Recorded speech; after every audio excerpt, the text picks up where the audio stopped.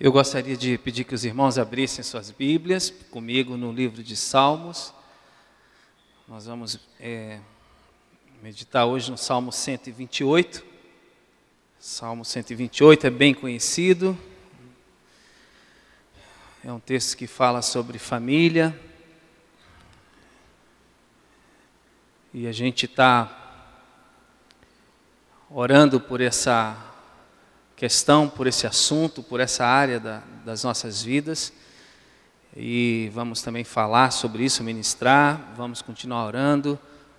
Tudo passa e começa por aí. Antes de ler o texto, eu fiquei observando, achei tão fofo, tão bacana, tão bonitinho, os pequenininhos, quando o Jimmy falou assim, vamos orar pelas crianças, estenda as suas mãos, alguns de olhos fechados ali, ó. Eles também estavam estendendo as mãos. A igreja estendia as mãos e eles assim, né? Falando, e uns com a mãozinha assim, outros com a mãozinha assim, né? É muito, muito legal ver eles recebendo esse momento e praticando isso, né? Essa questão da oração por eles mesmos e recebendo a oração da igreja.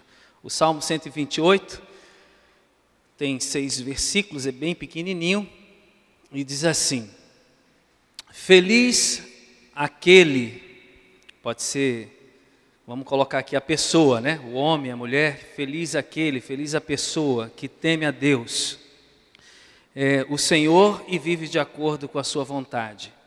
Se for assim, ganhará o suficiente para viver, será feliz e tudo dará certo para você. Em casa, a sua mulher, ou no caso seu esposo, enfim, será como uma parreira que dá muita uva em volta da mesa, e os seus filhos serão como oliveiras novas. Quem teme ao Senhor certamente será abençoado assim. Que lá do monte Sião o Senhor o abençoe, e que em todos os dias da sua vida você veja o progresso de Jerusalém, e que você viva para ver os seus netos, e que a paz esteja com o povo de Israel. Amém? Vamos orar mais uma vez? Obrigado, Senhor, pela Tua palavra, obrigado pelo privilégio de compartilhá-la, obrigado, Deus, porque esse momento é um momento em que a gente também quer servir aos irmãos, Deus, com aquilo que o Senhor tem dado ao nosso coração. Muito obrigado, Jesus, pela Tua misericórdia, obrigado por Tuas promessas, te agradecemos por sermos Teus filhos, por sermos abençoados, te agradecemos, Deus, porque, Deus, o Senhor está conosco. Essa é a maior alegria que nós temos, a alegria de sermos Teus filhos, de sermos salvos, de termos, Deus, a Tua presença na gente. Isso nos dá paz, isso, Deus, nos dá tranquilidade em relação ao nosso futuro, porque o nosso futuro, Deus, está nas Tuas mãos. E até aqui o Senhor tem sido fiel e tem nos abençoado. Obrigado, Deus, porque a gente olha para a nossa vida e vê a todo momento, ó Deus, a manifestação da Tua graça, do Teu amor e do Teu cuidado. Muito obrigado por esse tempo, fica conosco, nos abençoa pela Tua palavra, que o Teu Espírito, que é santo, Deus, abra o nosso coração, ó Deus, não apenas para aquilo que a gente ouve, mas para aquilo que o Senhor quer trazer, para o Teu toque, para a Tua inspiração, para o Teu ensinamento, Pai, não aquilo apenas que eu posso comunicar com as minhas palavras. Espírito Santo tem liberdade aqui no nosso meio, para nos revelar, nos inspirar, para confirmar, Deus, os nossos passos, para também nos alertar, Deus, e para nos desafiar. Espírito Santo, fica à vontade no nosso meio, entre nós, e nos conduz a Jesus, que é o nosso Senhor e o nosso Salvador. Nós oramos agradecidos em nome dele. Amém.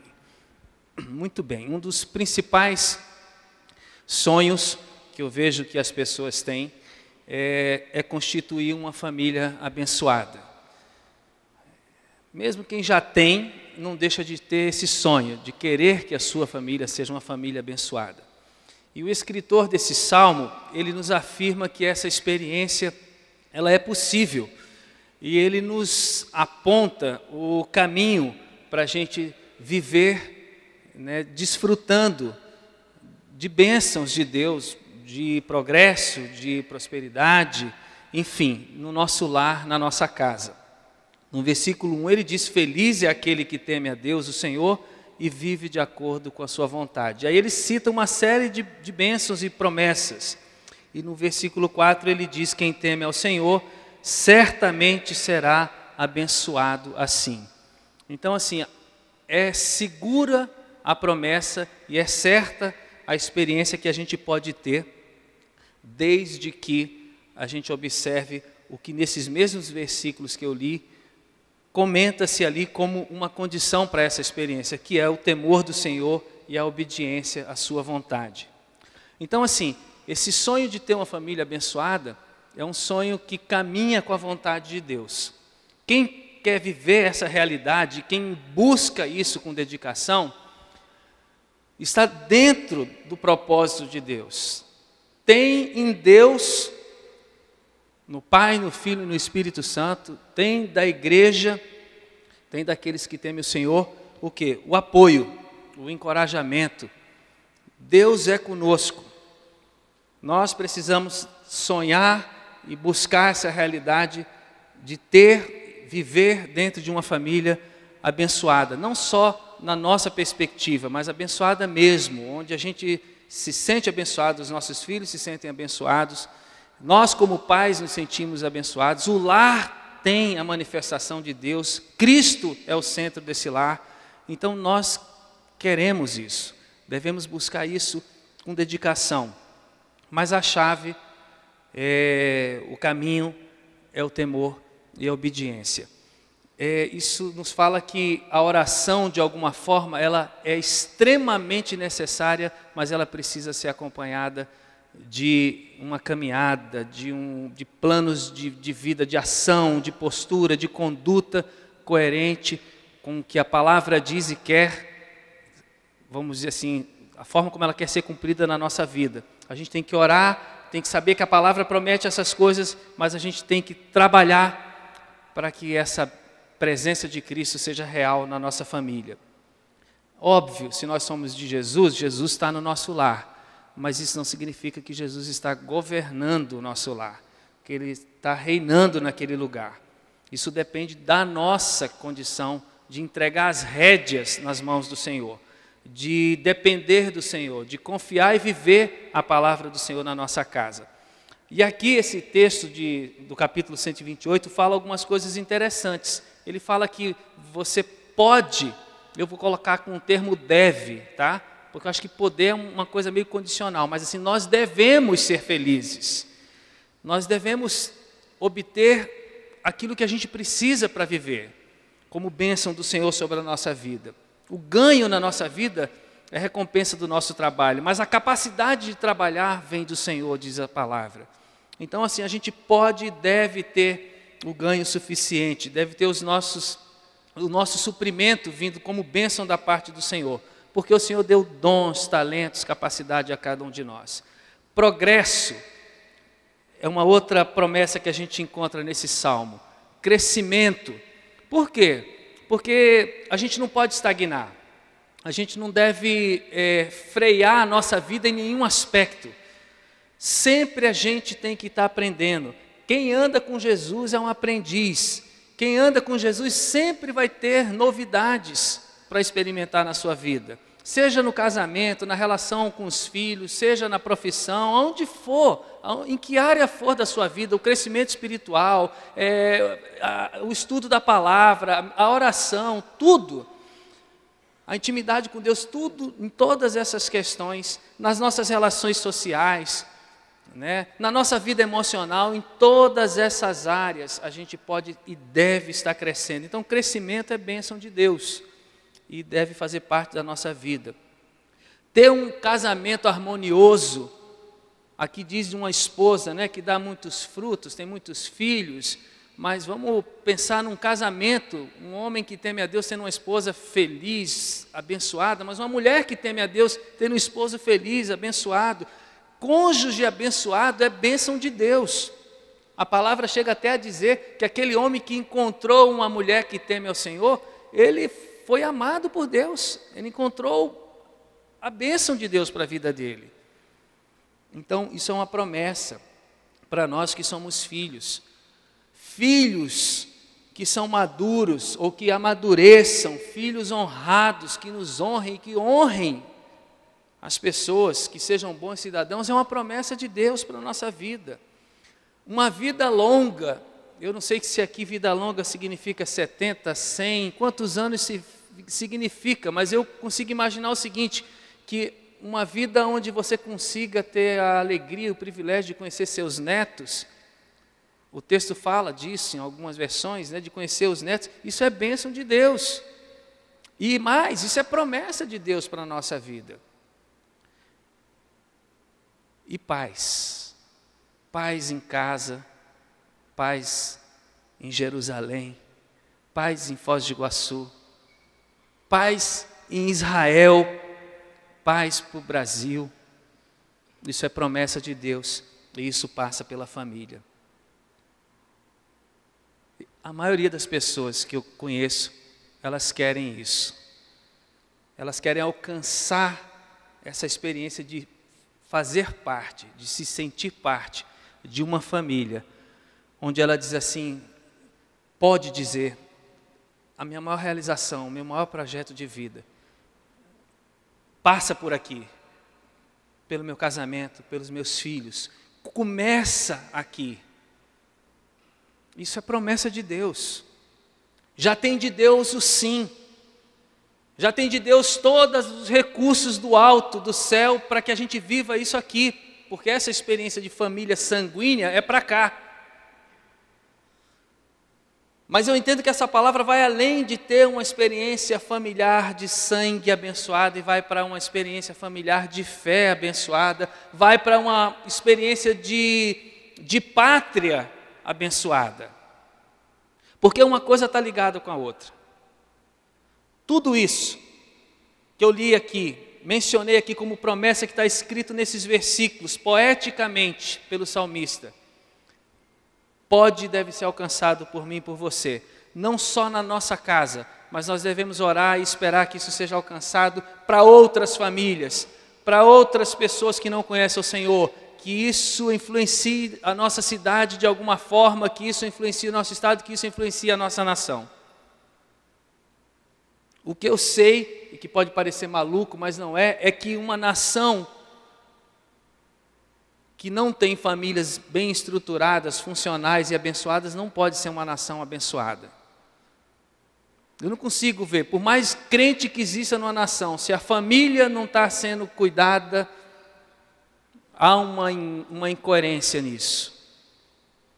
Quando a gente olha a realidade das famílias, embora as promessas de Deus contidas nesse salmo sejam maravilhosas, muitos de nós experimentamos isso aqui, conhecemos pessoas que experimentam, mas quando a gente olha a realidade, a grande maioria, não só na nossa cidade, no nosso país, mas falando do mundo, ainda vive aquém daquilo que Deus deseja. A crise, o problema dentro das casas, ainda é um desafio para a igreja e ainda é um desafio para os governos. Se a gente for olhar, os nascimentos ilegítimos, que não foram planejados, que não foram frutos da relação de um homem e de uma mulher que se amam e que resolveram casar, aqueles nascimentos que acontecem na balada, nas festas, nos encontros casuais, nos relacionamentos sexuais sem compromisso, esse tipo de nascimento, ilegítimo por quê? Porque muitas vezes fica sem um dos pais, ninguém quer assumir uma relação assim, ele tem aumentado nos lugares, de um modo geral. Eu tinha estatísticas, eu preferi não colocar, porque a estatística é uma coisa que eu posso falar aqui, você pode estar falando, mas isso aí está parecendo político, dizendo, porque 43% da nação tem tal coisa, 23% tem... Eu preferi não colocar, mas pesquise, observe, olhe, Vejam os países, mesmo os de primeiro mundo, que a gente admira, acha lindo. Tempos atrás eu estava lendo um artigo falando que, se eu não me engano, não sei se é Dinamarca ou Suíça, eu tenho que relembrar, faz um tempinho já, dizendo que as mulheres, ali no artigo falava das mulheres, elas eram tão independentes, tão bem-sucedidas profissionalmente, que até a questão de ter filho era uma coisa que elas queriam, mas não queriam o compromisso da família. Então ali estava se tendo uma moda do tipo assim, eu vou ter um filho e vou cuidar do meu filho, eu vou ser mãe. Eu não estou falando de nada novo que você não tenha visto ainda na mídia, aqui no Brasil. Projetos assim, de família sem os pais, ou encabeçadas por apenas uma pessoa. Isso está aumentando, essa é a realidade. Isso se distancia da promessa do Salmo 128, assim como também, se você for observar a questão dos relacionamentos conjugais se desfazendo, também é uma realidade que tem aumentado, não só no Brasil, mas em outros lugares do mundo. Não estou dizendo que isso é fácil, que isso é bom, que isso... Eu não estou entrando no mérito da causa, mas eu estou dizendo que isso é uma coisa que tem crescido no mundo. E isso significa dor para a família, problema para a família. Inventaram a campanha Setembro Amarelo por causa do suicídio, que hoje no mundo gira em torno entre 800 a 1 milhão de pessoas. Esse é um dado que entristece a gente, que vem da Organização Mundial da Saúde, que machuca as famílias, que tira a sensação de ter ou ser uma família abençoada, quando alguém atravessa por uma experiência como essa. Que isso é uma evidência de que nós vemos que a sociedade ou as famílias estão distantes daquilo que Deus quer fazer. A violência doméstica, as mulheres no Brasil e em outras nações, onde o machismo é um valor, né? E daí também a outra ponta do feminismo, femismo, dos movimentos das mulheres tentando rebater isso. Por quê? Porque elas ainda são massacradas, surradas pelos seus parceiros. E se você for nos conselhos e na delegacia da Polícia Civil, da delegacia da mulher, você vai ver que os números não diminuíram, mas eles aumentaram. Um problema de ordem familiar. Imagina uma casa onde os filhos acostumaram a ver o seu pai, de vez em quando por discordância ou por questões de alcoolismo, ou por outra razão, resolver as coisas na base do punho cerrado. Sem falar das famílias que são assoladas pelas drogas, pelo álcool, pela gravidez indesejada, sem falar nas famílias que têm os seus filhos violados, estuprados, sem falar nas famílias que estão vivendo realidades do aborto, sem falar nos assaltos, nos homicídios, todos esses temas de muita pauta política ou de promessa política. Se eu ganhar, isso não passa, isso vai aumentar, isso vai diminuir. E o que se percebe é que a família, às vezes dentro da própria igreja, Igreja de Cristo, como na sociedade brasileira e mundo afora, ela está vivendo abaixo da linha de bênçãos que Deus deseja derramar sobre ela. Aí a gente pergunta, Jesus, o Senhor... E pergunta a Jesus, porque Jesus é o nosso Senhor, é o nosso Salvador, nós somos um povo que vive sob a orientação de Jesus. E a gente pergunta a Jesus como o Senhor vai nos ajudar na nossa própria casa, como a gente vai ver essa palavra linda, poética, esse salmo que talvez virou canção. Como é que, Senhor, o Senhor vai nos ajudar quando a gente olha, lê isso e olha para dentro da nossa casa? Não, se a nossa casa está em paz, está bem, nós estamos felizes, bem casados, com a família bem harmoniosa, mas como o Senhor vai nos ajudar a ver essa palavra, essa promessa, né, se cumprindo lá no meu vizinho, na família do meu amigo? Como o Senhor vai nos ajudar no Brasil a reverter esses números ou essa realidade. Senhor, o que a gente como igreja, porque às vezes não é só uma questão de a gente pedir a Deus que nos ajude, mas o que a gente, que já é ajudado por Deus, que já tem uma família abençoada, o que a gente como igreja pode fazer? Porque a igreja pode muito mais fazer pelas famílias do que a sociedade, de modo geral, os governos podem.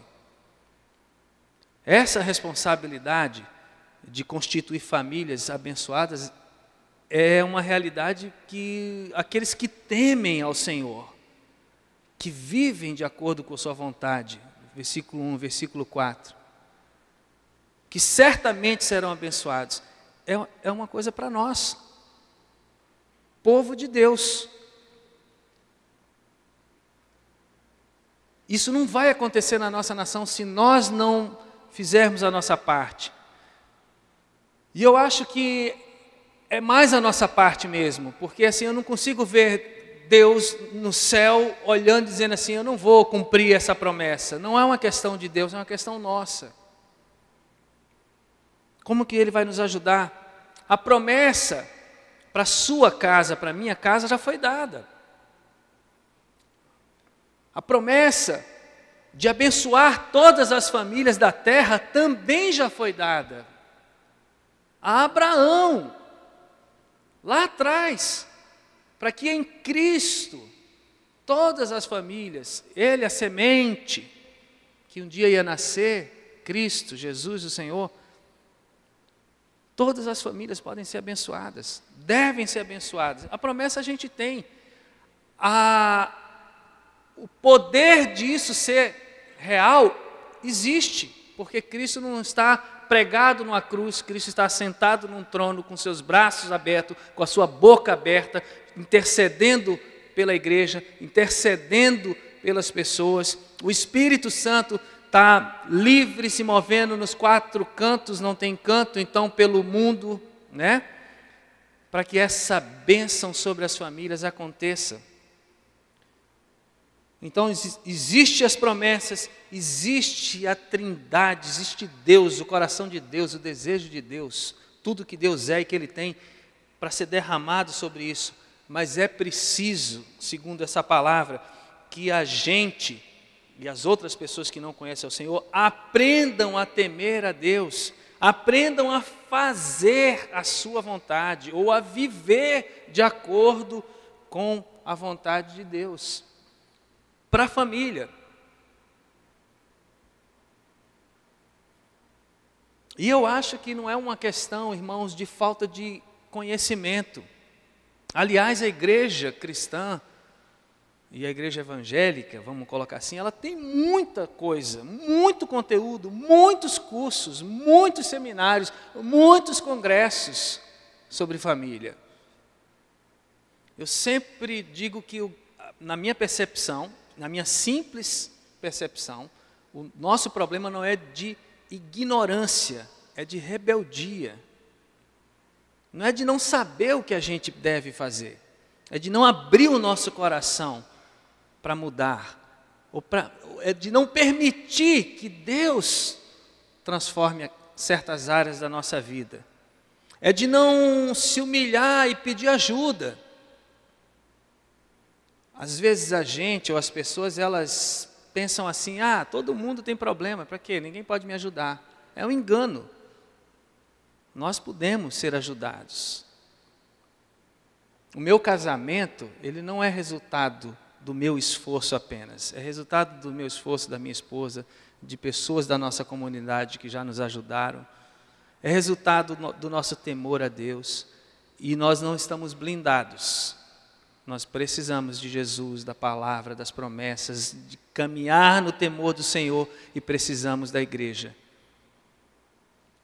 Mas a igreja muitas vezes, ela ignora esse aspecto prático, e ela se equivoca e se auto-engana achando que basta ter conhecimento. Eu sei como resolver os problemas da minha casa. Não é uma questão de saber, é uma questão de muitas vezes você não ter, e eu também, a condição, às vezes nem espiritual, nem emocional, de lidar com aquilo, com aquele problema, aquele desafio. Mas a resposta, ou para que essa promessa venha, da harmonia familiar ou da bênção familiar, é isso, é uma caminhada diária de temor a Deus, de viver os princípios de Deus, de aprender, de estudar, de conversar, de compartilhar.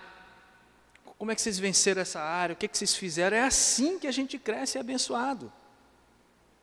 Em termos práticos, isso passa por a gente não só voltar a temer a Deus, mas ajudar as pessoas nesse processo. Porque não é, como eu falei, só ter Cristo. Ter Cristo é o início, é o começo. E deixar Ele governar e nos instruir, e nos moldar, é o caminho, é o processo. Abrir o coração para Jesus e para dizer, eu tenho Cristo, Ele é meu Senhor e Salvador, eu estou salvo, é maravilhoso. Mas melhor ainda é convidá-lo para fazer a caminhada toda. E dizer, Jesus, à medida que eu vou caminhando, vivendo, que o meu viver seja Cristo. Então a gente precisa ajudar as pessoas a voltar a temer ao Senhor. Tem muita gente que não acredita mais em Deus, por causa das experiências que teve, dos traumas. Tem muita gente saindo da igreja. Corpo de Cristo, igreja sem. Tem muita gente, aliás, deixa eu falar, saindo da igreja ao redor do mundo. Você sabe qual é a estatística? Hoje, os cristãos, considerando todos, os nominais e os não apenas nominais, mas os que andam com Jesus mesmo, eles são maioria no mundo. Hoje o maior bloco religioso é o cristianismo. O segundo maior bloco é o islamismo. Dizem aí os estudiosos da religião que em 2070, nós estamos falando em quê? Em 50 anos, o maior bloco vai ser o islamismo. Sabe por quê? Porque eles dizem que os cristãos são mais suscetíveis ou vulneráveis a deixar o caminho de Cristo do que um muçulmano, do que um budista. Então, olha só, eu não creio não creio no estudo, mas eu fico atento, porque se você olhar, há um esvaziamento. Se você olhar lá fora, ao mesmo tempo que Deus está sacudindo muitas vidas e ganhando muitas pessoas, Deus está convertendo vidas, mas tem muitas vidas deixando o caminho. Isso é fato, senão os prédios das igrejas não fechavam. E eles fecham. Então, assim, a gente precisa ajudar as pessoas a crerem e conhecerem a um Deus vivo, pessoal, verdadeiro, que não tem nada a ver com religião.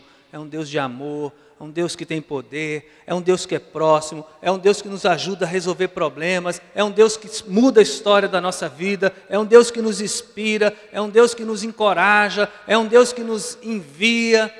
Nós precisamos ser essas pessoas, falar dessas coisas, vivê-las, ser testemunha disso, para que outras pessoas acreditem. Porque esses dados de vamos dizer assim, apostasia e tudo mais, eles são dados coletados em pesquisas.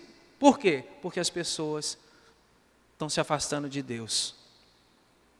A gente precisa ser para as pessoas, para a nossa própria família, para a nossa casa, na nossa cidade, onde quer que a gente vá, inclusive nos lugares onde a gente pode influenciar. Quem está no meio educacional tem uma grande oportunidade, quem é professor de idioma, quem é professor de primário, educação infantil, fundamental, tem uma grande oportunidade de influenciar as pessoas que estão ali te ouvindo diariamente, 2, 3, 4 horas por dia, entra ano, sai ano, por muitos anos. Você pode ser o perfume de Cristo, a palavra encarnada, a palavra viva, para aquelas pessoas que estão ali.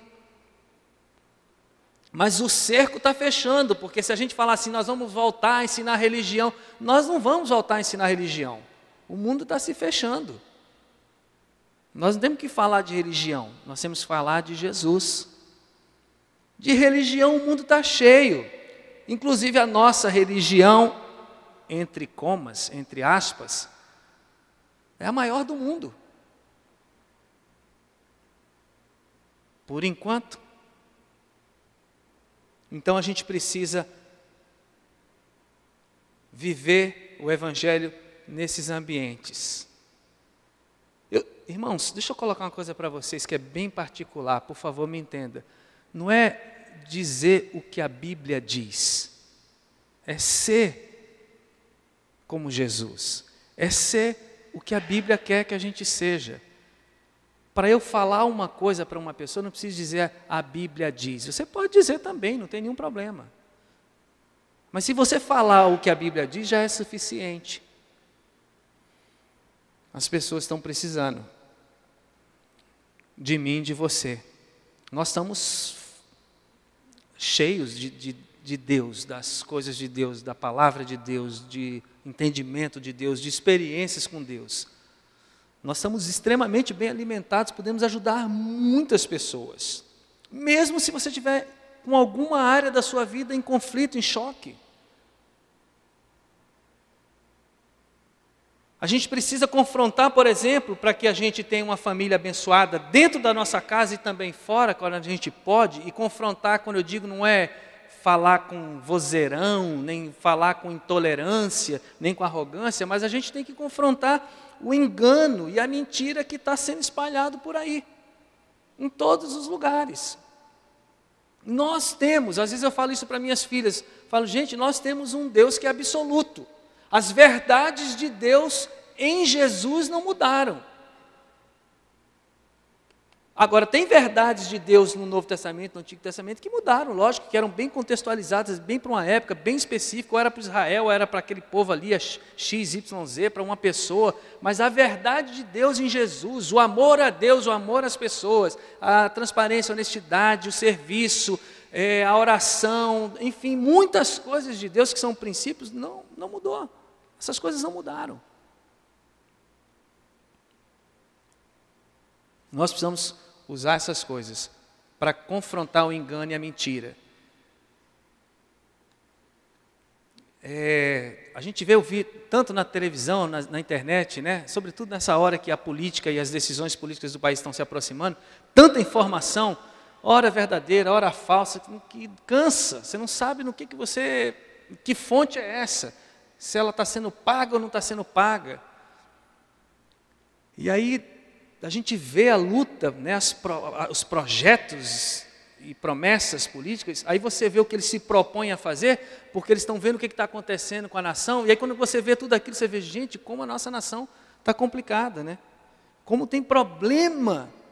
E outra, quando você vai ouvir, você vê assim, quantas pessoas, inclusive cristãs, estão pensando como a maioria, ou um grande grupo da nação pensa.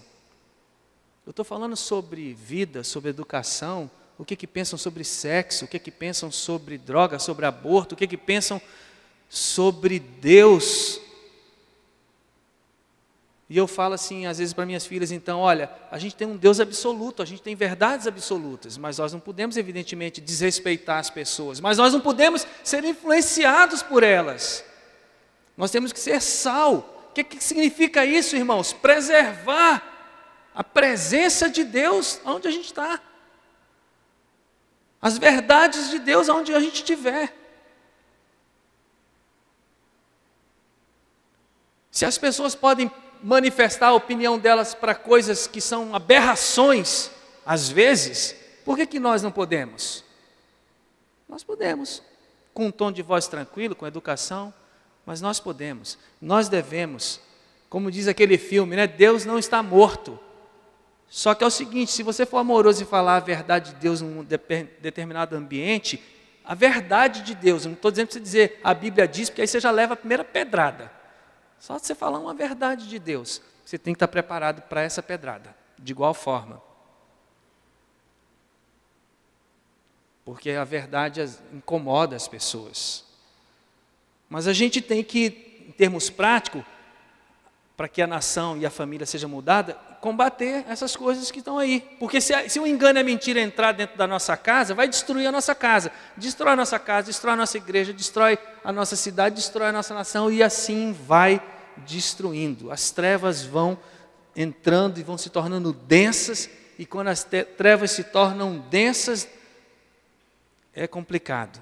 Mesmo que a gente vá para o céu e seja salvo, é complicado, porque aí a gente, ao invés de ser uma família abençoada, ao invés de ser perfume de Cristo, testemunha de Jesus, referência para algumas pessoas, a gente fala, as pessoas vão olhar e falar assim, não, não é assim não, cada um escolhe a sua vida, faz do jeito que quer. Eu vou ser feliz do meu jeito. Não, a gente tem que mostrar para as pessoas que feliz é aquele que teme a Deus, o Senhor, e vive de acordo com a sua vontade. A gente tem que mostrar para as pessoas que quem teme ao Senhor é abençoado. É mostrar, não é dizer. Temer a Deus, nesse contexto aqui da família, mesmo da nação, significa não negociar a mensagem de Cristo, do amor de Cristo, do amor para Cristo, no amor às pessoas. Significa não negociar os princípios que eu falei, que são universais. Honestidade, transparência, verdade, oração, serviço, muitas outras coisas. Não negociar isso, viver isso. Os valores de Deus. Não negociar isso. Significa também temer ao Senhor, como diz a palavra, odiar o mal. E odiar o mal significa dizer não ao que é imoral, não ao que é distorcido, não a qualquer tipo de legalização ou facilitação de qualquer coisa que seja contrário a Deus, à vida, ao amor. Se é contrário a Deus, à vida, à verdade, ao amor, nós como cristãos, igreja, família, corpo de Cristo, não podemos relativizar. Não. Porque é dessa forma racional, intelectual, que o diabo está destruindo e entrando dentro de muitos ambientes e de muitos lugares. Eu não sei há quanto tempo atrás, eu tenho isso guardado lá, porque eu guardo normalmente, às vezes que eu compartilho a palavra, eu guardo a data que eu fiz, eu vou até verificar. Mas eu falei alguns anos atrás aqui sobre a questão da legalização da pedofilia em algumas nações de primeiro mundo. Eu falei, gente, certas legalizações nas nações geram outras legalizações. Ok, houve a mudança de código civil no país, o casamento homoafetivo ele é aceito, é legal, em alguns lugares, em muitas nações. E naquela época eu lembro que eu falei disso como um dado que ainda estava em discussão. Já é, sabia? Que já é legalizada a pedofilia em algumas nações, 2 ou 3. Você consegue imaginar isso? Como uma coisa a ser relativizada? Isso me preocupa. Sabe por quê? Porque eu assisti um vídeo na internet de algumas mulheres muito inteligentes falando sobre a legalização da prostituição e tudo mais. E não havia, inclusive, coerência entre elas próprias falando sobre o assunto. E eram estudiosas do assunto, defensoras do assunto. Mas, assim, uma delas colocou isso, a pedofilia, como uma coisa doentia. E mas foi legalizado. Porque existe uma equipe multidisciplinar estudando o assunto e divulgando o assunto, racionalizando, dando dados. Psicólogo, médico, sociólogo, são professores, são gente que você ouve e diz... Sabe o que é isso? É quando a gente começa a relativizar os absolutos de Deus. Alguém que chega para você e diz o seguinte, olha, sabe de uma coisa? Se você conversar com uma criança, amar essa criança, convencer essa criança, isso não é pedofilia, que coisa horrorosa chamar isso de pedofilia. Isso se chama sexo entre as gerações, isso é amor. Eu não estou violentando ela, é um amor, eu a amo, ela me ama. Aí transformam isso em cultura, isso é cultural. Irmãos, onde a gente vai chegar? Se a gente não tiver uma referência, uma voz, que clama no deserto. Eu fico com medo. As minhas filhas já estão grandes. Mas se chegar o tempo em que o Brasil fizer essa caca de legalizar a pedofilia, com todas essas argumentações do inferno, eu vou me sentir muito envergonhado, muito triste. E a gente vai amargar uma sociedade muito traumatizada. Os dados que eu disse inicialmente lá, que mostram a realidade, vão aumentar, vão piorar. Por isso, a voz precisa clamar no deserto. Não basta a gente escolher gente que vai nos representar e discutir o problema financeiro do Brasil, o problema ambiental, o problema da saúde, o problema da educação, o problema da cultura, o problema da segurança, se não tiver alguém ou várias pessoas que sejam voz que clama no deserto e diga: o povo brasileiro precisa de Deus, a família do Brasil precisa de Deus, precisa de Jesus. Jesus é a solução para as famílias serem abençoadas, para as nações serem abençoadas. Não existe nação abençoada com lares esfacelados. Precisamos viver de acordo com a vontade de Deus, não apenas ensinar a vontade de Deus para as pessoas. A obediência, que tem a ver com o temor, ainda é a maior expressão de amor. Ama mais a Deus quem faz o que Deus deseja do que quem fala de Deus para milhares de pessoas. Teme mais a Deus quem obedece ao Senhor do que faz qualquer outra coisa. É Jesus que diz isso. Aquele que me ama será amado por meu Pai. Aquele que me ama guarda os meus mandamentos. Aquele que me ama faz a vontade do meu Pai. Aquele que me ama faz a vontade do meu Pai do jeito certo. Porque há aqueles que fazem a vontade de Deus, e não são poucos, para manipular as pessoas, enganar as pessoas, usurpar as pessoas, machucar as pessoas. E quando isso é feito, o resultado é a apostasia, é o esvaziamento, o afastamento. E eu não estou falando daqui, eu estou falando do mundo nesse dado. Então a gente precisa voltar ou continuar vivendo a vontade de Deus, que seja essa nossa grande fome, fazer a vontade de Deus. Bem-aventurado as pessoas que têm sede e fome de justiça, sede e fome de que a vontade de Deus seja feita, o reino de Deus é dessas pessoas. Filhos que precisam obedecer a Cristo, não apenas filosofar sobre Cristo. Eu acho que a igreja não precisa de filhos que falem bem de Jesus, precisa de filhos que honrem a Jesus. Não é uma questão de ter um monte de crianças, adolescentes ou jovens que decoram as coisas, mas que vivem mesmo. Se o decorar faz parte do processo de viver, de praticar, é muito bom, mas se é apenas um decoreba, não funciona. A gente precisa que a igreja, nós, ainda que temos filhos pequenos, os que vão ter filhos, os que sonham com uma família abençoada, vocês precisam pensar em filhos criados na disciplina do Senhor, nos caminhos do Senhor, com as advertências do Senhor. Precisamos continuar amando essas pessoas que são os nossos filhos, os nossos cônjuges, com amor de Deus, sem distorcer, sem hipocrisia, sem manipular. Precisamos aceitar, tudo isso é parte do temor do Senhor, as pessoas, e dar atenção a elas e ajudá-las a mudar, e também sermos abertos para que elas sejam um canal de Deus para a nossa mudança.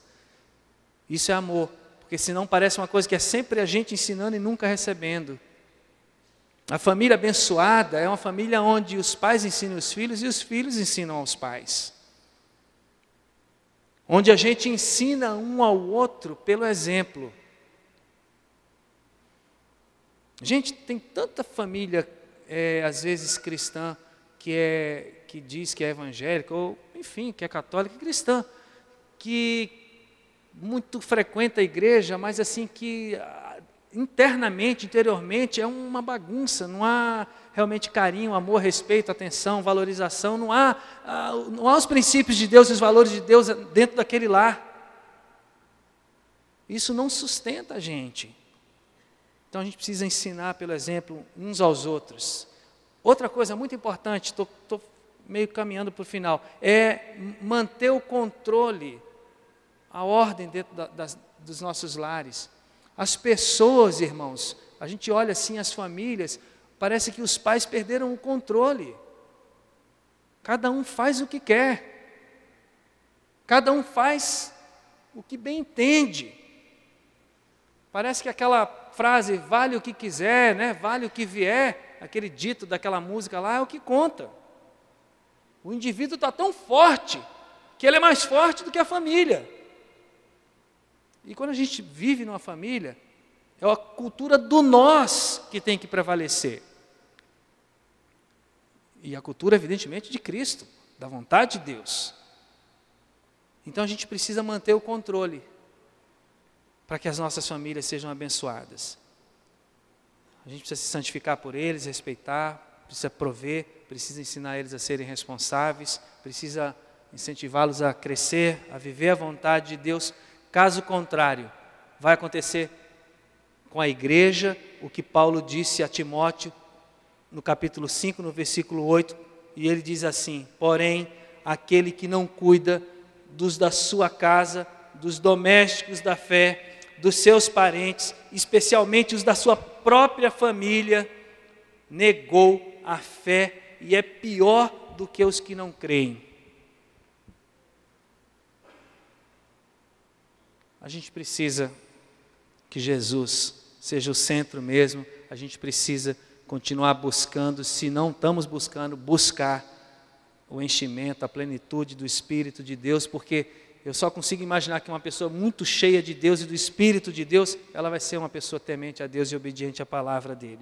Ela vai exercer a paternidade, ela vai exercer o seu papel como cônjuge de uma forma saudável, não é perfeita, mas saudável, que abençoa o outro. A pessoa precisa, você precisa, eu preciso do Espírito Santo governando o meu lar. É Ele que vai conduzir, e é Jesus que disse isso. O Espírito Santo foi dado, foi enviado para conduzir vocês a mim, para testemunhar sobre mim. É o Espírito Santo que vai ensinar a gente a cumprir a nossa responsabilidade. Como pai, como marido, os filhos como filhos, cidadão, é o Espírito Santo. Não basta ser crente ou ser convertido, ser salvo e ter o nome escrito no livro da vida, se a gente não for discípulo, se não continuar na caminhada, na jornada, crescendo, no temor do Senhor, obedecendo à vontade de Deus, a gente não vai crescer e ser como Jesus quer que a gente seja. Jesus ainda é a vida verdadeira, é tudo que eu preciso, é o referencial para mim, para você, como a gente cantou. Jesus ainda é a nossa inspiração, Jesus ainda é a solução para os nossos problemas. Jesus é o modelo de pai, de mãe, é o modelo de mestre, de fidelidade, de perseverança. Jesus é o modelo de discípulo. Jesus, por que você fala de pai? Porque Jesus sabia lidar com as crianças. Não gerou família, mas gerou filhos na fé. Cuidava bem dos seus filhinhos. E cuidava bem dos pequeninos, falando de idade. Ele é um modelo para a gente, para todas as áreas da nossa vida. Ele é um modelo de resistência num mundo que está querendo destruir as verdades de Deus. Nunca vai destruir. Deixa eu dizer isso para você. A igreja nunca vai fechar. A igreja é vencedora. A igreja vai prevalecer. Sempre existirá o remanescente. Sempre existirá um povo lavado pelo sangue de Jesus e que vai vencer.